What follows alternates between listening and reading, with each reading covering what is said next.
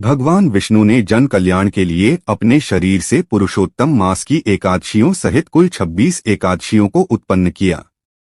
इनमें ज्येष्ठ माह की एकादशी सब पापों का हरण करने और समस्त मनोकामनाओं को पूर्ण करने वाली है। इस एकादशी को निर्जला एकादशी, भीम एकादशी या पांडव एकादशी के नाम से जाना जाता है। इस साल यह एकादशी 31 मई बुधवार को है।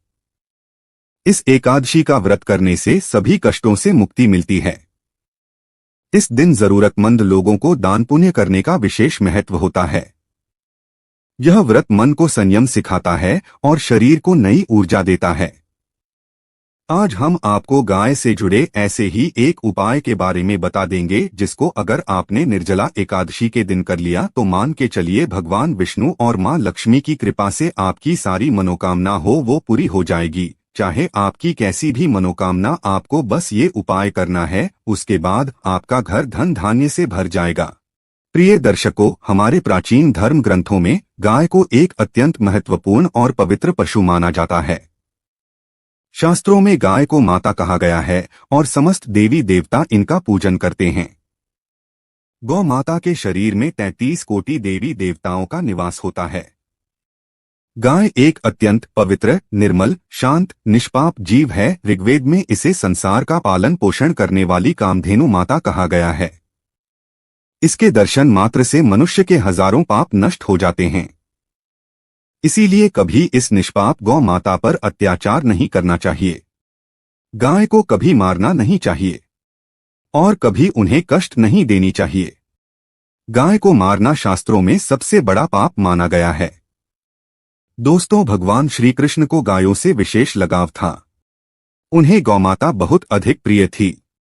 श्री कृष्ण के अनुसार गायों की सेवा करना ही सर्वश्रेष्ठ धर्म है। इससे बड़ा पुण्य का कार्य संसार में दूसरा कोई। कलयुग की भविष्यवाणी करते हुए भगवान श्री कृष्ण कहते हैं कि कलयुग में जब धर्म का लोप हो जाएगा तब मनुष्य गाय की सेवा करेंगे। मनुष्य केवल दूध के लिए ही गाय को पालेगा। दूध के लिए वह गाय को बहुत कष्ट देगा, जिसके परिणाम स्वरूप कलयुग में पाप और अधर्म उसके चरम पर होगा। कलयुग के अंत का लक्षण बताते हुए श्री कृष्ण कहते हैं, जब संसार से गाय समाप्त हो जाएंगी तब कलयुग का अंत होगा। जो मनुष्य कलयुग में भी गाय की निस्वार्थ भाव से सेवा करेगा वह सुख समृद्धि प्राप्त करेगा। जो स्त्री रसोई में बनी पहली रोटी गौ माता को खिलाएगी वह सदा सुहागिन और सौभाग्यशाली रहेगी। जो लोग अपने घर में गाय से प्राप्त पंचगव्य को घर में रखेगा उसके घर में कभी दुख दरिद्रता नहीं आएगी। दोस्तों, हमारे धर्म के सभी शास्त्रों में गाय की सेवा को ही सर्वश्रेष्ठ माना गया है। जो व्यक्ति प्रतिदिन किसी न किसी तरह से गौ माता की सेवा करता है वह सबसे अधिक पुण्यवान बन जाता है। गांव में तो मनुष्य को गाय की सेवा करने का अवसर प्राप्त होता है, लेकिन शहरों में गाय के दर्शन आसानी से नहीं हो पाते हैं।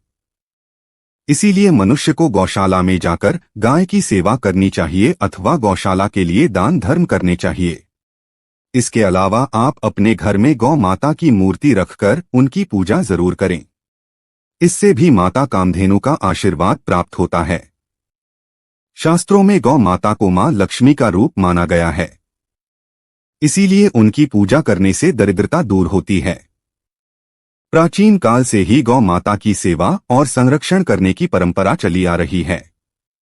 कई ऋषि मुनि अपनी कुटिया में गायों का पालन करते थे तथा राजा महाराजा गायों का दान करते थे। गायों के दान को सबसे बड़ा दान कहा गया है। गाय का दान करने से सभी जन्मों के पाप नष्ट हो जाते हैं और मनुष्य को मोक्ष की प्राप्ति होती है। आज हम आपको गौ माता के संबंध में बहुत ही महत्वपूर्ण बातें बताने जा रहे हैं। गाय की पूजा कैसे करनी चाहिए, गाय को कौन सी चीजें खिलाने से कौन सा फल मिलता है तथा गाय के किस अंग को स्पर्श करने से दरिद्रता दूर होती है आदि के बारे में हमारे शास्त्रों में बहुत ही महत्वपूर्ण ज्ञान दिया गया है। हमारी अत्यंत पूजनीय गौमाता के बारे में आप सभी को यह बातें अवश्य जान लेनी चाहिए। इससे आपके जीवन के सभी प्रकार के कष्ट दूर होंगे। दोस्तों, कई बार महिलाएं जाने अनजाने में गाय को कुछ चीजें खिला देती हैं जिससे मां लक्ष्मी क्रोधित हो जाती है। शास्त्रों में कहा गया है कि यह चीजें गाय को कभी नहीं खिलानी चाहिए, इससे मनुष्य के जीवन में दुर्भाग्य आता है और उसे किसी भी कार्य में सफलता नहीं मिलती है। तो चलिए जान लेते हैं गौ माता के विषय में महत्वपूर्ण नियम। सबसे पहली बात है दोस्तों, गौ माता के दर्शन करना बहुत शुभ होता है। शास्त्र कहते हैं रोज सुबह गाय के दर्शन होने से पुण्य की प्राप्ति होती है और सुबह गोबर के दर्शन होने से लक्ष्मी की प्राप्ति होती है। अगर किसी महत्वपूर्ण कार्य के लिए जा रहे हैं और अचानक ही गौ माता आपके रास्ते में आ जाती है तो वह कार्य निश्चित ही सफल हो जाता है।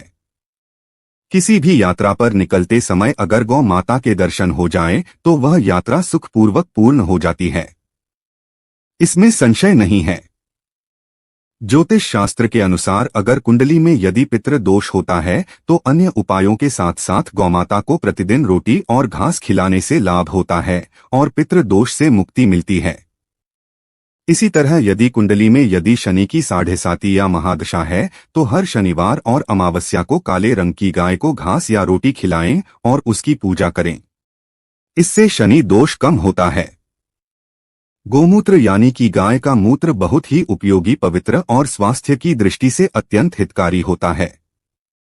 आध्यात्मिक दृष्टि से तो गौमूत्र का महत्व है ही, साथ ही वैज्ञानिक और स्वास्थ्य की दृष्टि से भी गौमूत्र के बहुत से लाभ बताए गए हैं। गोमूत्र में बहुत से खनिज पदार्थ और स्वास्थ्यवर्धक तत्व होते हैं जो हमारे शरीर की शुद्धि करते हैं और बहुत से रोगों से भी बचाते हैं। साथ ही गोमूत्र छिड़कने से वातावरण में शुद्धता और पवित्रता व्याप्त हो जाती है। इसीलिए हमारे शास्त्रों में शरीर को निरोगी रखने के लिए प्रतिदिन गोमूत्र का सेवन करने तथा घर में गोमूत्र छिड़कने के लिए कहा गया है। कुंडली में शुक्र ग्रह की स्थिति को मजबूत करने के लिए ज्योतिष शास्त्र के अनुसार सुबह के भोजन में सबसे पहली रोटी निकालकर एक सफेद गाय को खिलाना शुभ माना जाता है।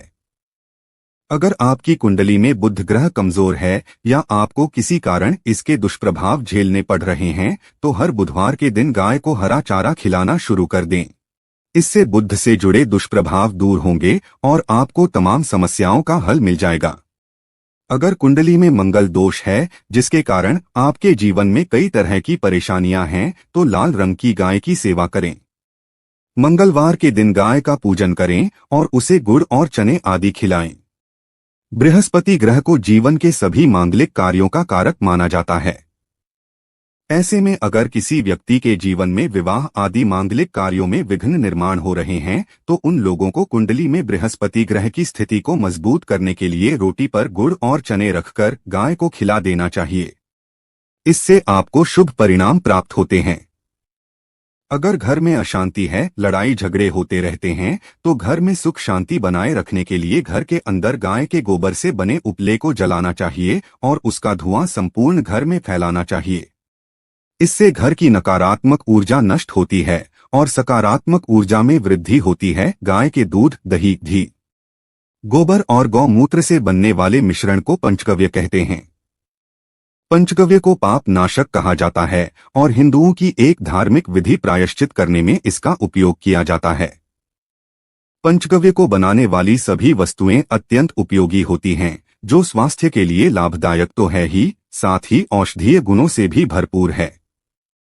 दोस्तों, अगर आपके द्वार पर गौ माता आती है उसे बिना रोटी खिलाए जाने मत देना, नहीं तो आपको दुर्भाग्य का सामना करना पड़ेगा, क्योंकि जिसके द्वार से गाय बिना कुछ प्राप्त किए लौट जाती है उसके घर से लक्ष्मी भी चली जाती है।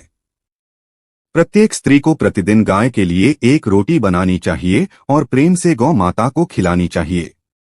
इससे गौ माता का आशीर्वाद प्राप्त होता है और मन की इच्छाएं पूर्ण। कुछ लोग गौ माता को बासी भोजन अथवा जूठन खिला देते हैं। इसे शास्त्रों में पाप माना गया है और किसी अन्य पशुओं को खिला सकते हैं, लेकिन गाय को कभी जूठन नहीं खिलाना चाहिए। भूख के कारण गौमाता उस अन्य को ग्रहण तो कर लेती है, लेकिन इसका पाप उस व्यक्ति को लगता है जो गौ माता को ऐसा बासी भोजन खिलाता है। एक शाकाहारी और पवित्र पशु है, इसीलिए गाय के भोजन में कभी मांस, अंडे आदि चीजें नहीं डालनी चाहिए। ऐसा करने से महापाप लगता है। यदि आपकी कुंडली में चंद्र दोष है और जिसके कारण लगातार परेशानी उठानी पड़ रही है तो आप ये एक उपाय जरूर करें। आप रोटी पर सफेद मक्खन, नमक और घी लगाकर गौ माता को खिला दें। यदि शनि दोष है तो आटे में थोड़े काले तिल मिलाकर रोटी बनाकर गौ माता को खिला दें। इससे शनि दोष समाप्त होता है। मंगल दोष को दूर करने के लिए रोटी पर हल्दी लगाकर गाय को खिलाना चाहिए। अगर घर में धन की समस्या है तो गुरुवार के दिन गाय को केले का फल खिलाना चाहिए। इससे दरिद्रता दूर होती है। दोस्तों, गौ माता के पीठ पर एक उभरा हुआ कुबड़ होता है। उसको कुबड़ में सूर्य केतु नाड़ी होती है। जब भी आपके द्वार पर गौमाता पधारे, आप इसको कुबड़ को एक बार जरूर स्पर्श करें। इससे आपके जीवन से सभी दुखों का अंत होगा और धन संपत्ति की प्राप्ति होगी।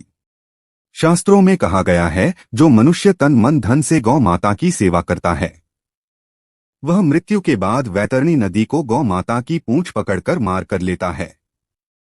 उस व्यक्ति की अकाल मृत्यु नहीं होती है और उसे मोक्ष की प्राप्ति होती है। जिस व्यक्ति के भाग्य की रेखा सोई हुई है, अगर वह व्यक्ति अपनी हथेली पर गुड़ रखकर गौ माता की जीभ से चढ़ाता है तो उसकी सोई हुई भाग्य रेखा खुल जाती है और उसका दुर्भाग्य सौभाग्य में परिवर्तित हो जाता है। तो दोस्तों, इस प्रकार से आप सभी गौ माता की सेवा जरूर करें। उम्मीद है आपको यह जानकारी अच्छी लगी होगी। वीडियो को लाइक जरूर करें और कमेंट में जय गौ माता और जय श्री कृष्ण जरूर लिखें। साथ ही चैनल को सब्सक्राइब करें। आप सभी का धन्यवाद।